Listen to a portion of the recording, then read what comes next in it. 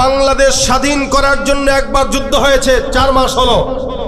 এদেশের যুদ্ধের জন্য, এদেশ স্বাধীন করার জন্য, স্বৈরাচার থেকে এদেশটাকে মুক্ত করার জন্য বাংলার আপামর তাওহীদি জনতা একবার যুদ্ধ করেছে। দ্বিতীয় যুদ্ধ হবে ইমানের যুদ্ধ। ইমানের জন্য যদি যুদ্ধ করা লাগে, এই গতবারের যে যুদ্ধ ছিল তার থেকেও 10 গুণ 5 গুণ 100 ডাবল গুণ সবচেয়ে বড় জিহাদ হবে এবারের জিহাদ। ঠিক কিনা জোরে বলেন?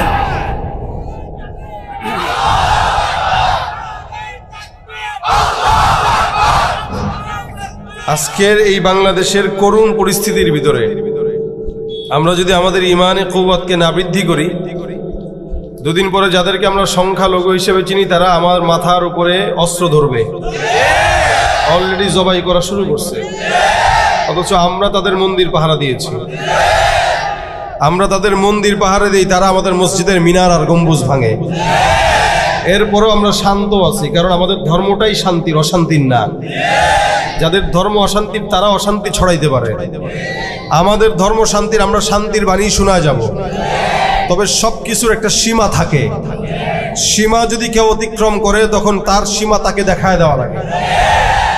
সুতরাং এটা বুঝে শুনে আমাদের সঙ্গে লড়তে আসা দরকার। আজকে বাংলাদেশেও ভারতের হাই কমিশন অফিস আছে, বাংলাদেশেও আমাদের দেশের মানুষরা ওদের দেশে যায়, তাদের দেশের মানুষরা আমাদের দেশে আসে। আমরা কারোর শত্রু না, আমাদের কারোর সঙ্গে শত্রুতাও নাই। লেকিন কেউ যদি আমাদের দেশের হাই কমিশনের উপরে অত্যাচার করে, স্টিম রোলার চালায়, ভাঙচুর করে, তাহলে আমরাও কিন্তু বসে থাকবো না। আর এই সময়টা সম্পূর্ণ আমি বলবো আপনাকে আমাকে আল্লাহ পাক রব্বুল আলামিন ইমানের ধার দেওয়ার মোক্ষম একটা সময় করে দিয়েছে। মনে রাখবেন, জিহাদ বান্দার জন্য ইবাদত। আমাদের আপনার সবার প্রত্যেকটা মুমিনের জন্য জিহাদটা কি? জিহাদটা কি? আমরা জিহাদে বিশ্বাসী, সন্ত্রাসীতে বিশ্বাসী না। তারা সন্ত্রাসীতে বিশ্বাসী, জিহাদকে তারা উগ্রবাদ বলে। তারা যেটাকে উগ্রবাদ বলে এটা আমাদের ইবাদত। ঠিক কিনা বলেন? সুতরাং বাংলাদেশ স্বাধীন করার জন্য একবার যুদ্ধ হয়েছে, 4 মাস হলো।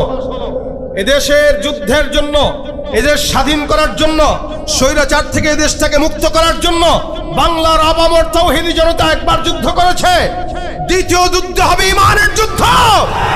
ইমানের জন্য যদি যুদ্ধ করা লাগে, এই গতবারের যে যুদ্ধ ছিল তার থেকেও 10 গুণ 5 গুণ 100 ডাবল গুণ সবচেয়ে বড় জিহাদ হবে এবারের জিহাদ। ঠিক কিনা জোরে বলেন?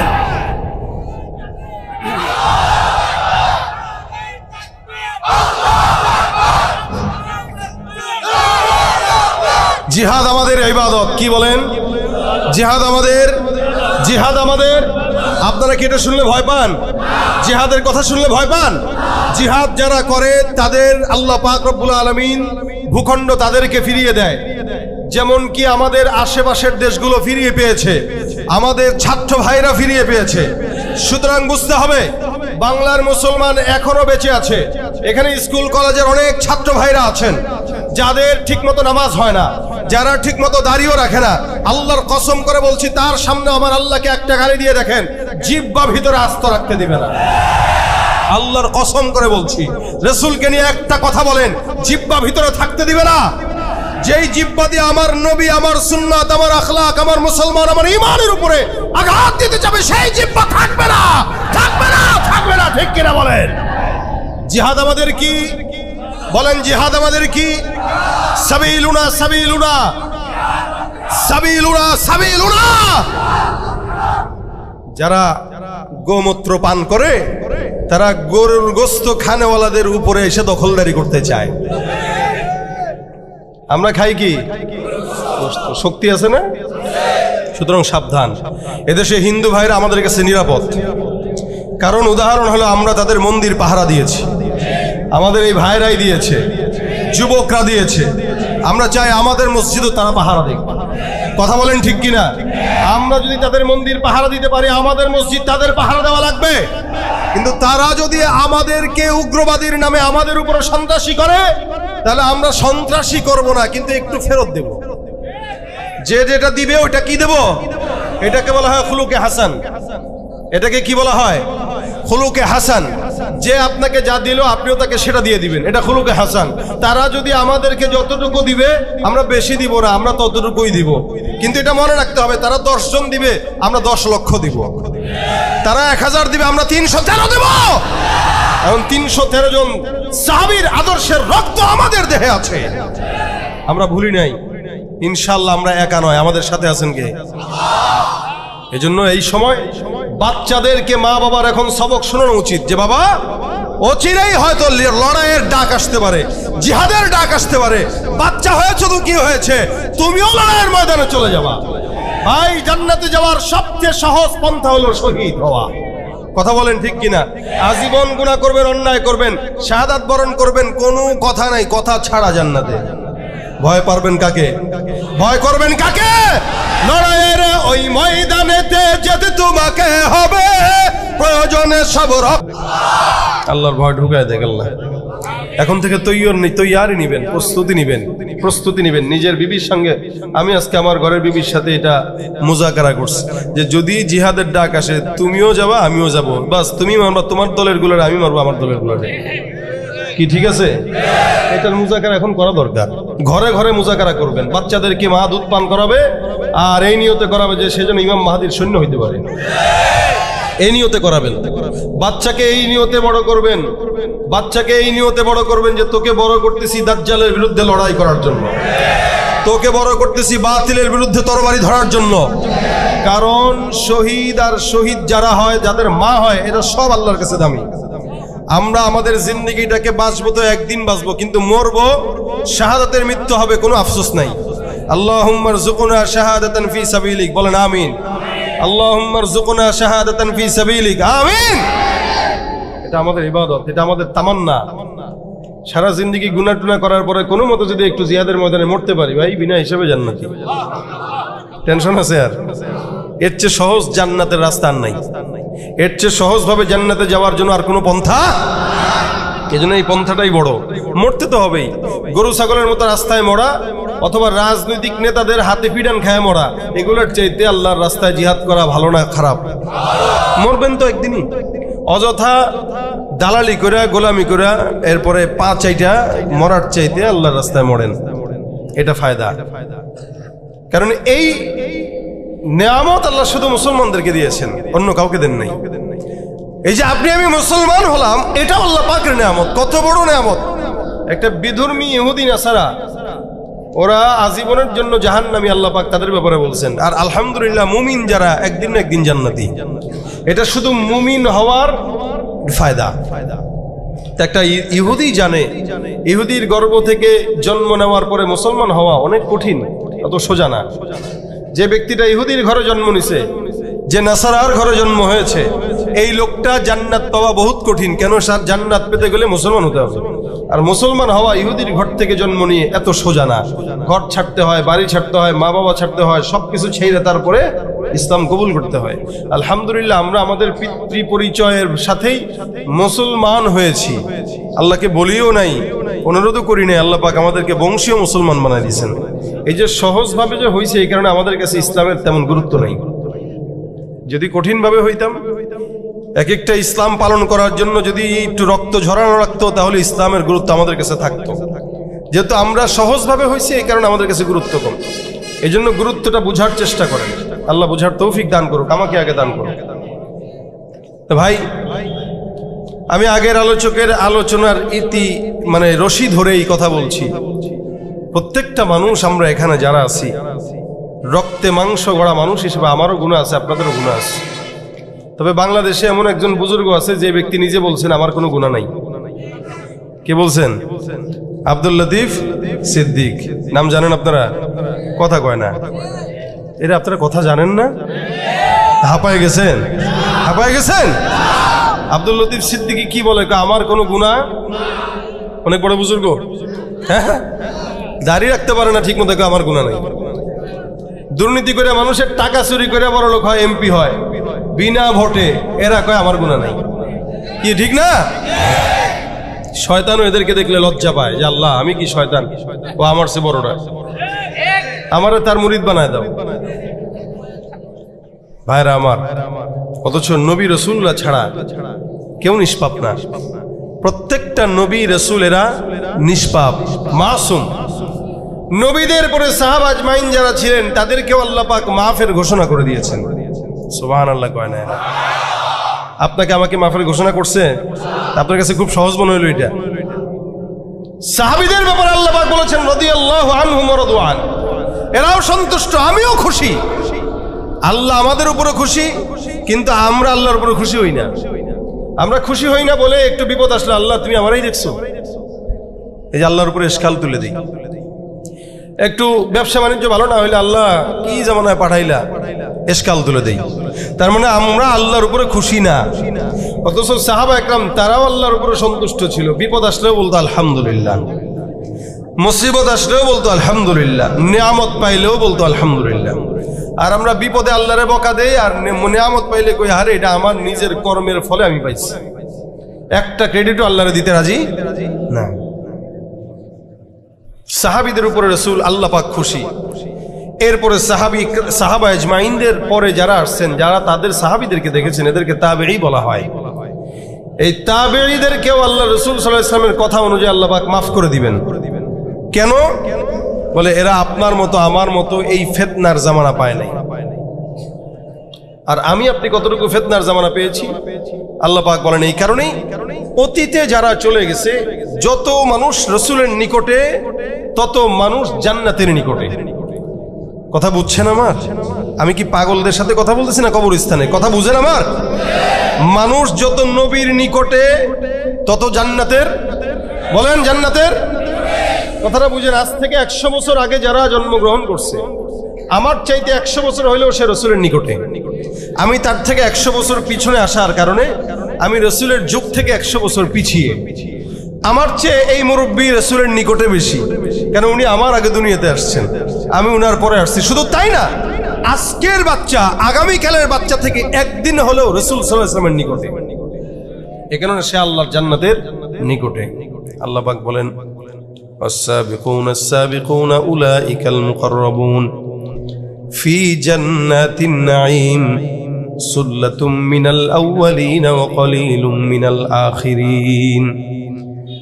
অতীতে যতগুলো মানুষ চলে গেছে সব মানুষ কল্যাণকর, সব মানুষ জান্নাতের নিকটে। মানুষ যত সামনে সময় যায় মানুষ তত জাহান্নামের নিকটে যায়। উদাহরণস্বরূপ আজকে থেকে 30 বছর আগের বাংলাদেশের চিত্র এখনকার চিত্র আসমান আর জমিন পার্থক্য।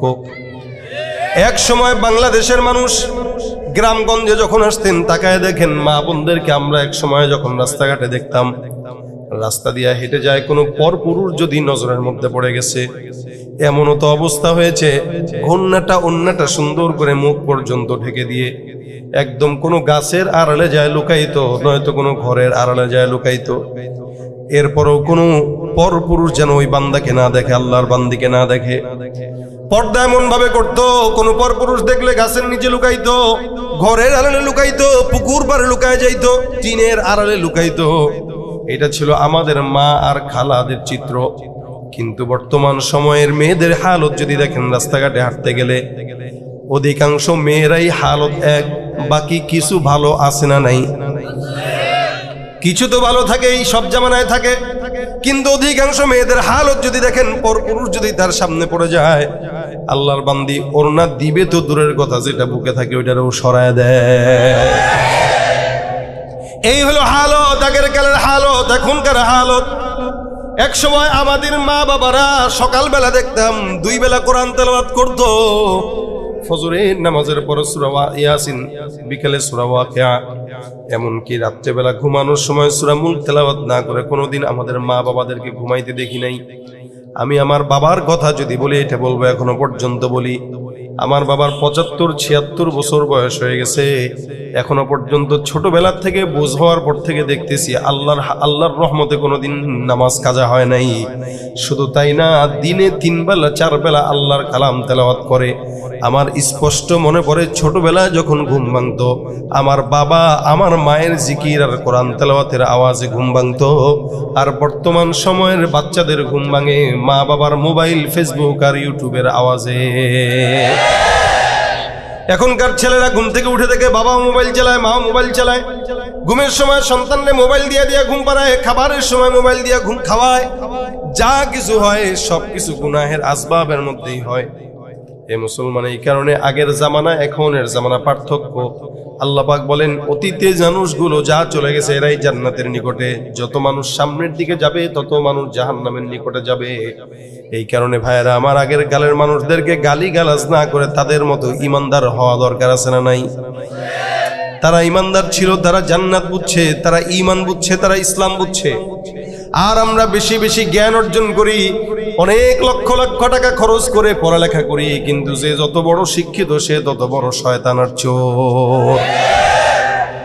আমাদের দেশের অধিকাংশ শয়তান, অধিকাংশ চোরগুলোর দেখবেন ডিগ্রি অনেক বড় বড়, ওখান থেকে পাস, ওখান থেকে পাস, বিশাল বড় বড় ডিগ্রি অর্জন করে সমাজের বড় বড় মাথা দখল করে নেয়।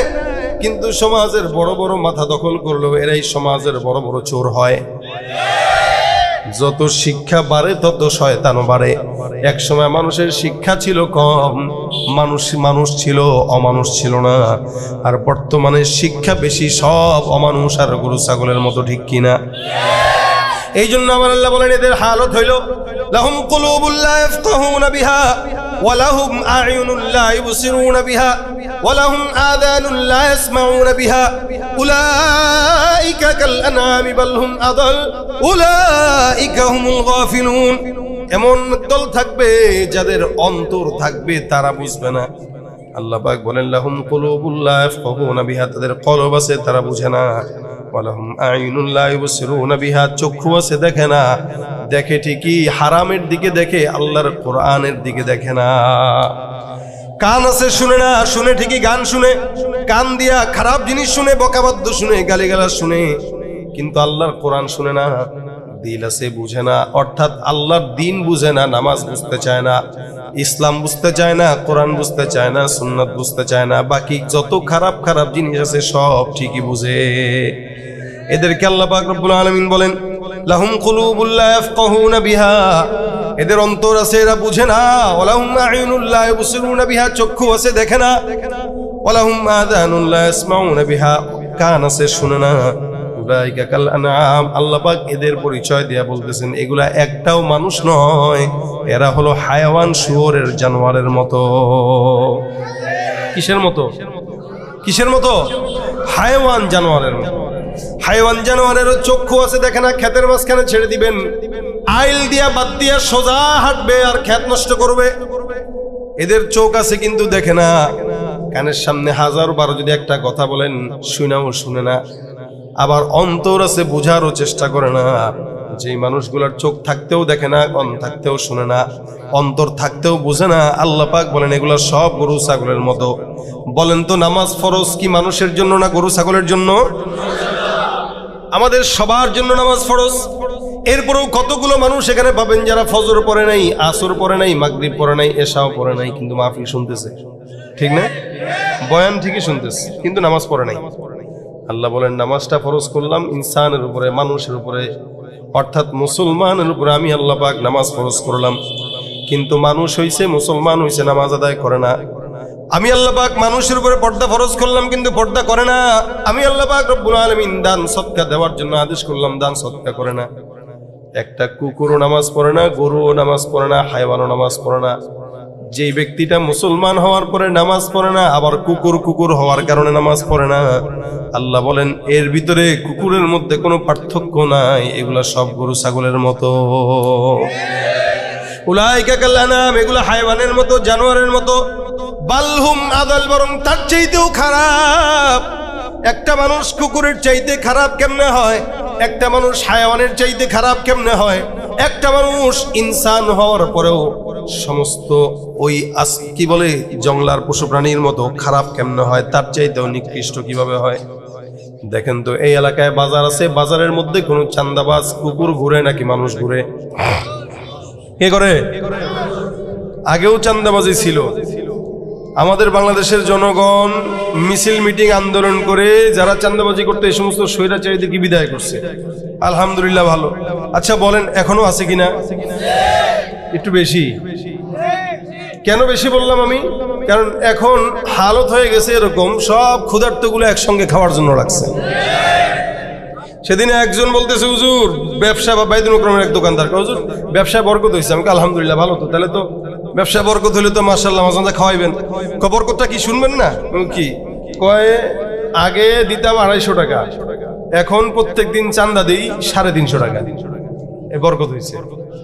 আগে দিত 250, এখন দেয় 350। এই জন্য আপনারা যে বলেন শান্তি দেশে আসবে, ও ভাই, শান্তি অন্য কোনো দলে নাই ইসলাম ছাড়া। এটা আপনাকে মানতে হবে। কোরআন সুন্নাহ ছাড়া, শরীয়ত ছাড়া, হুকুমত ছাড়া, খেলাফত ছাড়া শান্তি দেশে আশা করা সম্ভব নয়, এটা লিখে রাখবেন। কারণ যে দলকে ক্ষমতার থেকে উঠাবেন, যে দলকে বসাবেন, এগুলো সবই একই পাখির 2 ডানা। কথা বলেন ঠিক কিনা? কেউ দিল না, সবাই নিল, আমরা যে কলুর বলদ, সারা বছর নেয় না খবর, নির্বাচনে খুব দরদ। কেউ দিল না, সবাই নিল, আমরা যে কলুর বলদ, সারা বছর নেয় না খবর, নির্বাচনে খুব দরদ। নির্বাচনের আগে নেতায় ধরে কত রকম বেশ, নির্বাচনের আগে নেতায় ধরে কত রকম বেশ। দেখতে দেখতে গোল্লায় গেল আমার সোনার বাংলাদেশ, একে একে শেষ করেছি, সবার দেখা হইল শেষ। দেখতে দেখতে গোল্লায় গেল আমার সোনার বাংলাদেশ।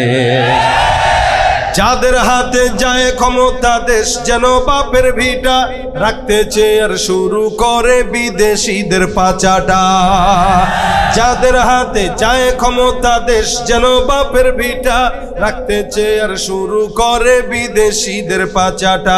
বিদেশিদের কথা মতো চালায় ওরা নিজের দেশ, বিদেশিদের কথা মতো চালায় ওরা নিজের দেশ। দেখতে দেখতে গোল্লায় গেল আমার সোনার বাংলাদেশ। ঠিক কিনা? একে একে শেষ করেছি, সবার দেখা হইল শেষ। দেখতে দেখতে গোল্লায় গেল আমার সোনার বাংলাদেশ, দেখতে দেখতে গোল্লায় গেল আমার সোনার বাংলাদেশ। তার মানে শান্তি আছে কোথায়? বলেন বলেন, কোথায়? আমার আল্লাহ বলেন, বান্দা, কুকুরকে আমি আল্লাহ পাক চান্দাবাজি বানাই নাই, শুয়োরকেও চান্দাবাজ বানাই নাই। এলাকার মধ্যে চান্দাবাজি, খুন, গুম, হত্যা, অবিচার যা কিছু আছে, এগুলো একটাও কুকুর করে না, মানুষ করে। আমার আল্লাহ পাক ডাক দিয়া বলেন, যেই কাজটা কুকুর করে না, শুয়োর করে না, হায়ওয়ান করে না, জানোয়ার করে না, ওই কাজটা তুমি মানুষ হয়ে করার কারণে তোমার দাম কুকুরের চাইতেও খারাপ। এ ভাইরা আমার, এই কারণে আল্লাহ পাক রব্বুল আলামিন বান্দাকে গুনাহ করার একটা দিল দিয়ে দিয়েছেন। ওই দিলটার ভিতরে গুনাহ মনে হয়, গুনাহ মজা লাগে, ইমানও মজা লাগে। এই জন্য ইমানকে বলা হয় আল ঈমানু বাইনাল খাউফি ওয়ার রাজা। ইমানটা আশা এবং ভয়ের মাঝামাঝি একটা জায়গা।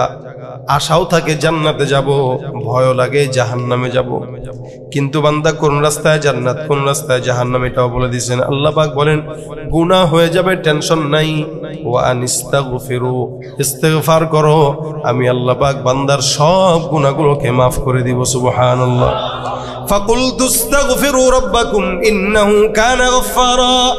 নবী আমার ডাক দিয়া বলেন, কোন ইমানদার বান্দা যদি একবার জবান খুলে পড়ে আস্তাগফিরুল্লাহ, আমার নবী বলেন, আল্লাহ পাক সমুদ্রের ফেনা পরিমাণ গুনাহ যদি হয়, বান্দার সব গুনাহগুলো আল্লাহ পাক সাধারণ ক্ষমা ঘোষণা করে দেন।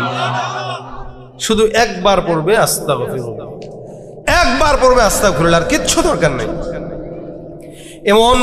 এমন আসামি যারা ছিল অন্যায় বিচারের আসামি, এদের হাজার হাজার গুনাহ থাকার পর আল্লাহ পাক রব্বুল আলামিন ক্ষমা করে দিয়েছেন। এমন একজন লোকের নাম হযরত ওয়াহশী রাদিয়াল্লাহু তাআলা আনহু, আল্লাহর নবীর সাহাবী, আল্লাহ পাক রব্বুল আলামিনের পয়গম্বরের অন্যতম সাহাবী, রাসূলের চাচা হামজাকে অত্যাচার করেছে, হত্যা করেছে। ওয়াহশী রাদিয়াল্লাহু তাআলা আনহুর মতো একজন লোক, যার ব্যাপারে নবী বলেছেন, খবরদার তাকে যেখানেই পাও সেখানেই হত্যা করে দিবা। এই লোকের সঙ্গে কোনো বনামনির দরকার নাই। যতগুলো বেঈমানকে আল্লাহর নবী ধরার জন্য আদেশ দিলেন, হত্যা করার জন্য আদেশ দিলেন, এর মধ্যে ওয়াহশীটাও অন্যতম। ওয়াহশী রাদিয়াল্লাহু তাআলা আনহু রাসূলের চাচাকে হত্যা করার পর হঠাৎ করে একদিন কলবের মধ্যে আসলো, আয় হায়, আল্লাহর কাছে ক্ষমা চাওয়া দরকার। যার কারণে ওয়াহশী রাদিয়াল্লাহু তাআলা আনহু রাসূলকে চিঠি লিখলেন, ইয়া রাসূলুল্লাহ, আপনার কাছে আমার অনুরোধ, আমি যদি ইসলাম কবুল করতে চাই ইসলাম কবুল করতে পারবো কিনা। নবী আমার ডাক দেয়া বলতেছেন, অবশ্যই তুমি ইসলাম কবুল করবা, ইসলাম কবুল করতে কোনো বাধা নাই। ওয়াসি ডাক দেয়া কয়, রাসূল আল্লাহ পাক কোরআনের একটা আয়াতে, যে আয়াতের মধ্যে আল্লাহ পাক বর্ণনা করেছেন, ওই আয়াতটার মধ্যে আমি নিজের সমস্ত অন্যায়গুলো পাই।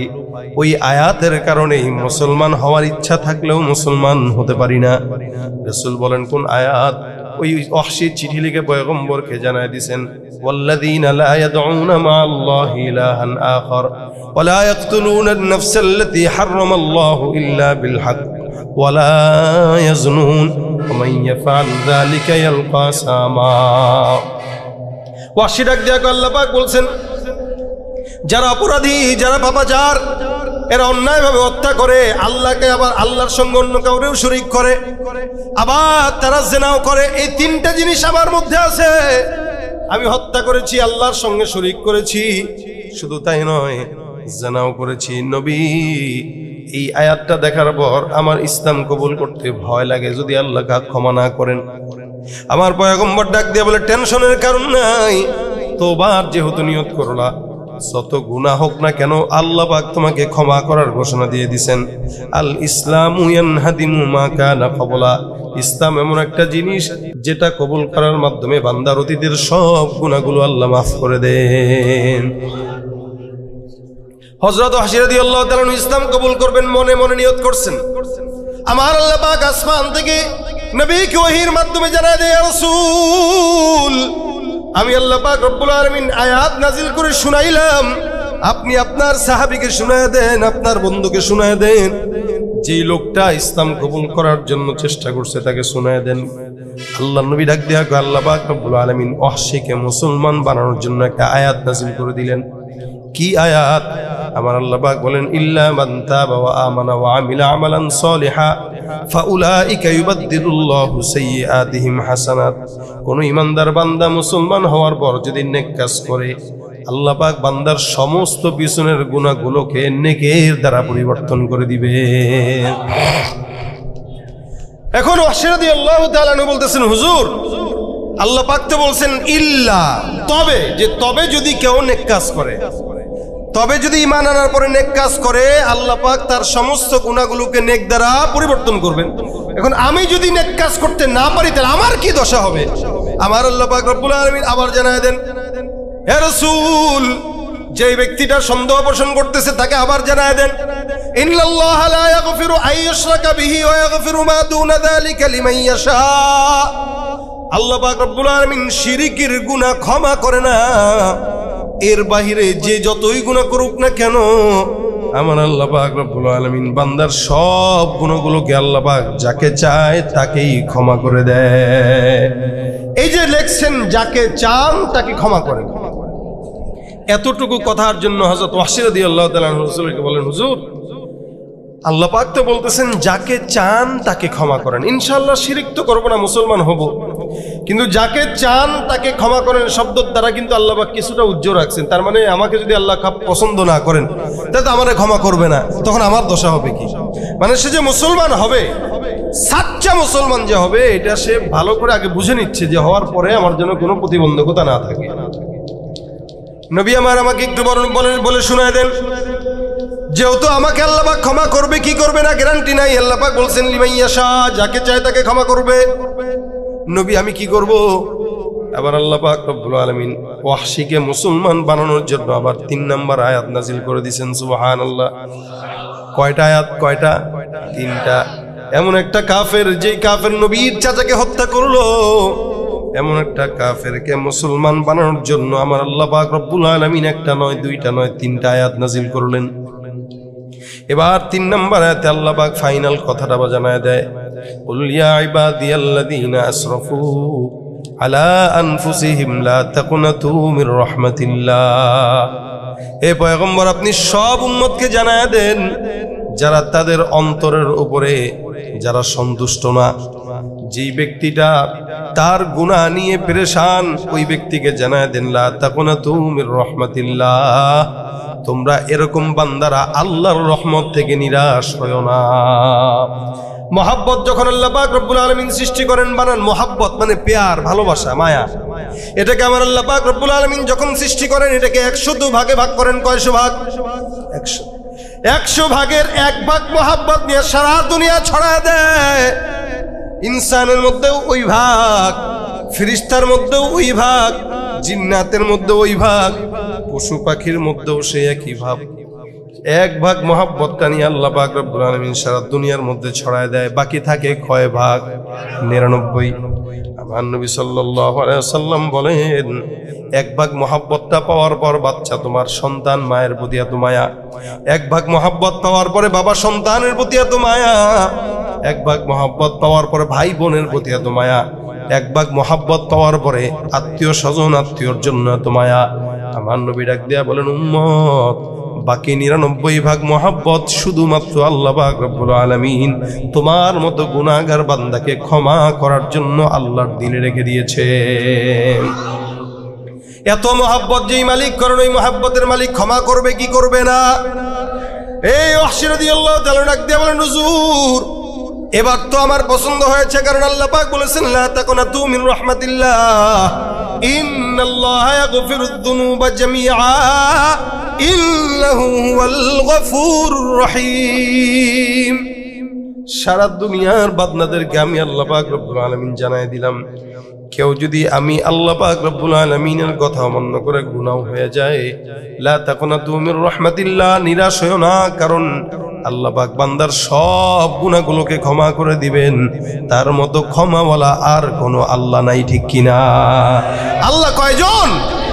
এরকম না যে আরো 2টা আছে, একটার কাছে মাফ না চাইলে না পাইলে আরেকজনের কাছে যাব। এই জন্য ভাইরা আমার ওয়াহশী রাদিয়াল্লাহু তাআলা এবার ডাক দেয়া কয়, হ্যাঁ এবার পছন্দ হয়েছে ইয়া রাসূলুল্লাহ, এই 3টা আয়াত আল্লাহ পাক আমাকে সন্তুষ্ট করে দিয়েছেন, সুতরাং আপনার হাতে আমার হাতটা রেখে বায়াত করে পড়ায় দেন, লা ইলাহা ইল্লাল্লাহ মুহাম্মাদুর রাসূলুল্লাহ। হযরত ওয়াহশীর মতো একজন গুনাহগার বান্দাকে আল্লাহ পাক 3টা আয়াতের মাধ্যমে মুসলমান বানায় দিয়েছেন। আপনি আমি পয়গম্বরের উম্মত, শেষ জামানার উম্মত, যেই জায়গাটায় ডানে ফিতনা, বামে ফিতনা, সামনে ফিতনা, পিছনে ফিতনা, ফিতনার জামানায় কোন বান্দা যদি আল্লাহর দরবারে তওবা করে ইস্তেগফার করে, আমার আল্লাহ বলেন একবার পড়বা সমুদ্রের ফেনা পরিমাণ গুনাহ মাফ হয়ে যাবে। সুবহানাল্লাহ। ভাইরা আমার, আল্লাহ রাসূল সাল্লাল্লাহু আলাইহি ওয়াসাল্লাম এই কারণে ইস্তেগফারের ব্যাপারে বলেন, মান লাযিমাল ইস্তিগফার জাআলাল্লাহু লাহু মিন কুল্লি হাম্মিন ফারজা। কেউ যদি জবান দিয়ে ইস্তেগফার উঠায়, আল্লাহ নবী বলেন যতই পেরেশানি থাকুক না কেন সব পেরেশানি আল্লাহ পাক রব্বুল আলামিন দূর করে দিবেন। ওয়া মিন কুল্লি যিকিন মাখরাজা, রাস্তা যদি সামনে খারাপ হয় বন্ধ রাস্তা আল্লাহ পাক রব্বুল আলামিন খুলে দিয়ে দিবেন। শুধু তাই নয়, রিজিকের অভাব যদি থাকে আমার আল্লাহ সব রিজিকের অভাব বান্দার জন্য দূর করে দিবেন। সুবহানাল্লাহ। হাসান আল বসরি রহমতুল্লাহ আলাইহি, উনি একবার বসা, ওনার খানকার মধ্যে 2-4 জন লোক বসা, ওনার সাথে কিছু মুজাকারা করতেছেন। এমন সময় একজন লোক ঢুকলো। লোক ঢুকে বলতেছে, হুজুর আমি একটা বিপদে পড়ে আসছি। বলে কি বিপদ? হুজুর আমার তো এমন কোনো গুনাহ নাই যেই গুনাহ আমি আমার জিন্দেগিতে করি নাই। ছোট্ট একটা আমল শিখায় দেন, যেই আমলের কারণে আল্লাহ পাক আমাকে মাফ করে দিবেন। হাসান বসরি যায় কয়, যাও যাও ইস্তেগফার পড়ো। কি পড়ো?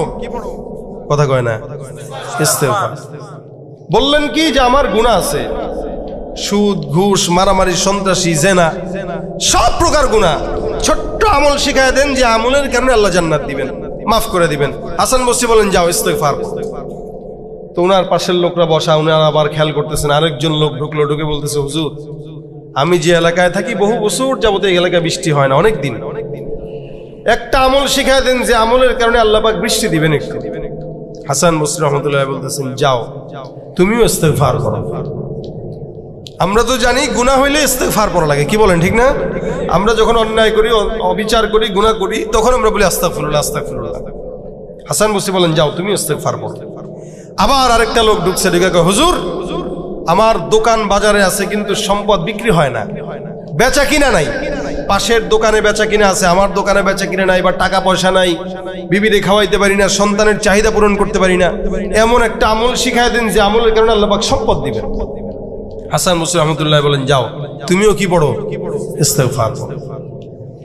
আরেক লোক এসে ডাক দেয়, হুজুর আমার সন্তান নাই, বিয়ে করলাম এত বছর, এমন একটা আমল শিখায় দেন যে আমলের কারণে আল্লাহ পাক সন্তান দান করবেন।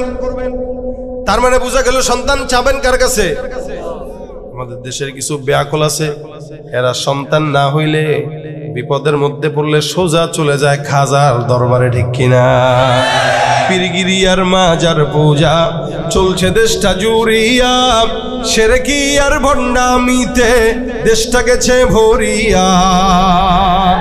পীরগিরি আর মাজার পূজা চলছে দেশটা জুড়িয়া, শিরকি আর ভণ্ডামিতে দেশটা গেছে ভরিয়া। গাজার কলকিটান মারিয়া, গাজার কলকিটান মারিয়া দেখায় খাজার শান, ওরা শিক্ষিত শয়তান, জোরে ওরা শিক্ষিত শয়তান, ওরা শিক্ষিত শয়তান। দুর্নীতির ওই আখড়ায় বসে, দুর্নীতির ওই আখড়ায় বসে জাহির করে জ্ঞান, কলম দিয়ে কামায় টাকা ধরে সাধুর ভান। ওরা শিক্ষিত শয়তান, ওরা শিক্ষিত শয়তান, ওরা শিক্ষিত শয়তান। যেখানে যাই ভেজালেতে ভরে গেছে দেশটায়, ব্যবসায়ীরাও রাতারাতি কালো টাকায় হাত রাঙায়। সবকিছুর দাম বাড়ছে না? আলুর দাম কত? আমরা ঢাকায় 85 থেকে 90 টাকা করে কিনি। সেদিন গত সপ্তাহে উত্তরবঙ্গে গেছি, ঠাকুরগা। তা জিজ্ঞাসা করলাম, ভাই আপনারা আলু বিক্রি করেন কত? আমরা বিক্রি করি 15 টাকা। কত? দেখেন, কষ্ট করে যারা, এদের পকেটে টাকা নেই। ধান্দাবাজদের পকেটে টাকার অভাব নাই। মুরগি ডিম পারে, টাকা লাগে না? ফ্রি। কথা কন, ফ্রি। টাকা নেয় না? টাকা দেন না? আচ্ছা ভাই, মুরগি যদি কথা বলতে পারতো, হাঁস যদি কথা বলতে পারতো, কষ্টের ঠেলায় বলতো, ভাই আমি পারি ফ্রি, তুই করস ধান্দা। আমরা তো ঢাকা শহরের মানুষ দেশি মুরগির ডিম পাই না। দোকানে কিনতে গেছে, সেদিন আমি আমার ড্রাইভারে পাঠাইলাম, দেশি মুরগির ডিম পাইলে কিনে নিয়ে আসো। অনেক ঘুরে ঘুরে এক দোকানে পাইছে, কয় এক দাম 130 টাকা হালি। কত? আমি কই তুমি কি ভুল শুনছো নাকি? ডজন 130 টাকা? হুজুর হালি 130 টাকা। আমি কয় কিরে? আচ্ছা একটু একটা মুরগি, মুরগি দেশি মুরগি ডিম পারে তো ছোট না, একটা 1 টাকার কয়েনের চেয়ে একটু বড়, ওইটার দাম বলে এক পিস 30 টাকা 35 টাকা। দামটা বাড়াইলো কে? ধান্দাবাজ ব্যবসায়ী, ঠিক কিনা জোরে বলেন? যেখানে যাই ভেজালেতে ভরে গেছে দেশটায়, ব্যবসায়ীরাও রাতারাতি কালো টাকায় হাত রাঙায়। ভেজাল থেকে বাঁচতে হলে, ভেজাল থেকে বাঁচতে হলে খোলা রাখো কান। ওরা শিক্ষিত শয়তান, ওরা শিক্ষিত শয়তান, ওরা শিক্ষিত শয়তান, ওরা শিক্ষিত শয়তান। শিক্ষাঙ্গনের দিকে বাইরে দেখো না চোখ মেলিয়া, ছাত্ররা সব বই ছাড়িয়া থাকে শুধু প্রেম লইয়া। অনেক অবিবাহিত পোলাপান আছে, এগুলোর কামি এইটা, কি ঠিক না? শিক্ষাঙ্গনের দিকে ভাইরে দেখো না চোখ মেলিয়া, ছাত্ররা সব বই ছাড়িয়া আছে শুধু প্রেম লইয়া। অস্ত্র সে তো সঙ্গের সাথী, অস্ত্র সে তো সঙ্গের সাথী হইতে মস্তান। ওরা শিক্ষিত শয়তান, ওরা ওরা শিক্ষিত শয়তান, ওরা শিক্ষিত শয়তান। আলেম নামেও কতক দেখো টাকার মোহে পড়িয়া, স্বার্থের পিছে দৌড়াইতেছে কোরআন হাদিস ছাড়িয়া। আবার জিহাদ ছেড়ে কেউ বা ধরছে, জিহাদ ছেড়ে কেউ বা ধরছে দরবেশেরই ভান। ওরা শিক্ষিত শয়তান, ওরা শিক্ষিত শয়তান, ওরা শিক্ষিত শয়তান। ওরা ওরা কি? ওরা কি? সন্তান কার কাছে যাবো? মাজারে নিয়ে গেছেন বাবার কাছে, বাবাকে আমার বাচ্চা বিবি সন্তান ফুটু দিয়ে দেন। বাবাকে সুমন্ত সুকালী উত্তর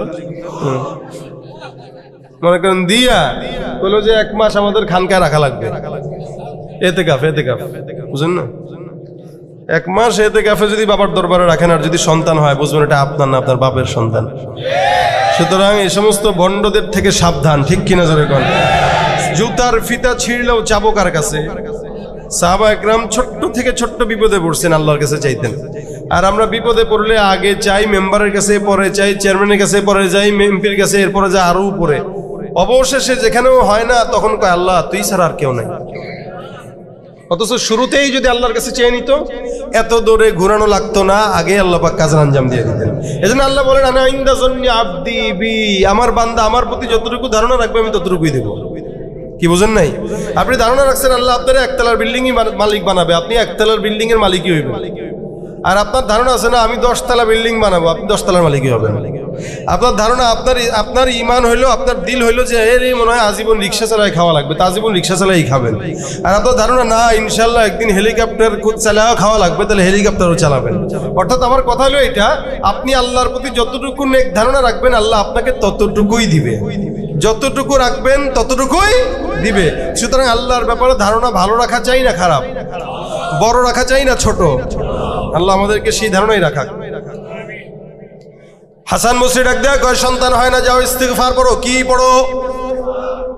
আরেকজন এসে বলে হুজুর ফসল দিলাম, ফসল নষ্ট হয়ে যায়, ক্ষেতের মধ্যে মনে হয় পোকামাকড় পড়ে, মানুষের নজর লাগে, এমন কোন আমল শিখায় দেন। হুজুর কয় যাও যাও ইস্তিগফার পড়ো। পাশ থেকে 2-4 টাকা হুজুর বুঝলাম না, 5-6 জন আসলে একই আমল দিলেন, আমল কি আর শিখেন নাই? হাসান বসরি রহমতুল্লাহ সবাই একই আমল, মানে গ্রাম দেশের কিছু ডাক্তার আছে নাপা এক্সট্রা ছাড়া কিছু বুঝে না। মাথা ব্যথা হইলেও নাপা এক্সট্রা, জ্বর আসলেও নাপা এক্সট্রা, পেট ব্যথা হইলেও নাপা এক্সট্রা। এই ওষুধটা হলে এরকম টাইপের, একটা খাবেন ওষুধ কিন্তু আশেপাশে সব কিছু আপনাকে সুন্দর করে দিবে। এটা হলো ইস্তিগফার। সুবহানাল্লাহ ওয়া বিহামদিহি। হাসান বসরি ডাক দেয়া কয় আমলটা আমি দেই নাই, দিয়েছেন আমার আল্লাহ। সুবহানাল্লাহ। হাসান বসরি বলেন আল্লাহ পাক কোরআনে বলেছেন ফাকুল তুস্তাগফিরু রাব্বাকুম ইন্নাহু কানা গফফারা ইউরসিলিস সামাআ আলাইকুম মিদরারা ওয়া ইউমদিদুকুম বিআমওয়ালিন ওয়া বানিনা ওয়া ইয়াজআল লাকুম জান্নাতিন ওয়া ইয়াজআল লাকুম আনহারা। বান্দা যদি ইস্তিগফার পড়ে, গুনাহগার যদি হয়, আমার আল্লাহ পাক বান্দার সব গুনাহ মাফ করে দিবেন। সুবহানাল্লাহ। যেই বান্দা গুনাহ মাফের জন্য আসলো তাকে দিলাম ইস্তিগফার, তার মানে আল্লাহ পাক এই আয়াতের ভিত্তিতে তার গুনাহ মাফ করবে, এই কারণে তার ইস্তিগফারের জন্য বললাম। 2 নম্বরে কোন বান্দা যদি, যেই বান্দাটা আল্লাহ পাক রব্বুল আলামিনের আসমান থেকে বৃষ্টি না আসার কারণে আল্লাহ ওই বান্দার কাছে আসছে, আমার আল্লাহ বলেন যদিও বৃষ্টি হয় না, আমি আল্লাহ পাক ঘোষণা করলাম ইউরসিলিস সামাআ আলাইকুম মিদরারা। ইস্তিগফার করো, বৃষ্টি যদিও না হয় আসমান থেকে বৃষ্টির ফয়সালা করবেন কে? 3 নম্বরে আল্লাহ পাক রব্বুল আলামিন বলেন ইমদিদুকুম বিআমওয়াল, যদি সম্পদ না থাকে, দোকানে যদি বেচা কিনে না থাকে, আল্লাহ পাক রব্বুল আলামিন বলে বান্দা টেনশনের কারণ নাই, ইস্তিগফার পড়ো, দোকানে বেচা কিনা হবে, আমি আল্লাহ রিজিকে বরকত দান করব। সন্তান যদি না হয়, বান্দা ইস্তিগফার পড়ো ইমদিদুকুম বিআমওয়ালি ওয়া বানিন, সন্তান যদি না হয় ইস্তিগফারের মাধ্যমে আসমান থেকে আল্লাহ পাক সন্তানের ফয়সালা করবে। শুধু তাই না, এভাবে যদি আপনার বিপদ আপদ থেকে যা কিছু বলেন, প্রত্যেকটা ক্ষেত্রে যদি কেউ ইস্তিগফার বলে, রাসূল বলেন আল্লাহ সব কিছু দিবে। আল্লাহ পাক বলেন ইউমাত্তিউকুম মাতাআন হাসানান ইলা আজালিন মুসাম্মা, মৃত্যু পর্যন্ত বান্দার জন্য যা কিছু কল্যাণ দরকার সব কল্যাণ আমি দান করে দিব। সুবহানাল্লাহ কয় না? এইজন্য আমল কি? বলেন বলেন বলেন বলেন ইস্তিগফার। ভাইরা আমার, একটু ভিতরে আমার কমিটির কিছু ভাইরা, মাদ্রাসার ছাত্ররা রুমাল নিয়ে চলে যাবে। আজকের এই কালকের এবং আজকের কালকের 2 দিন ব্যাপী মাহফিলের খরচ প্রায় 6 লক্ষ টাকার কাছাকাছি। কারণ বাংলাদেশের মোটামুটি ভালো আলোচিত মানুষদেরকে উনি দাওয়াত দেওয়ার চেষ্টা করছে আমাদের মনির ভাই, সুতরাং খরচটা অনেক বেশি। ফাঁকতালে আমি আপনাদের কাছ থেকে এই জিনিসটা একটু চেয়ে নিচ্ছি, এরপরে ইনশাল্লাহ আপনাদেরকে শেষ কথায় যাব, গজলও একটা শোনাবো। একটু ভিতরে ভিতরে ছাত্র ভাইরা চলে যাবে, যার যতটুকু সামর্থ্য হয় ব্যাগ নিয়ে রুমাল নিয়ে চলে যাও, একটু মেহেরবানি করে বেশি বেশি করে দান করার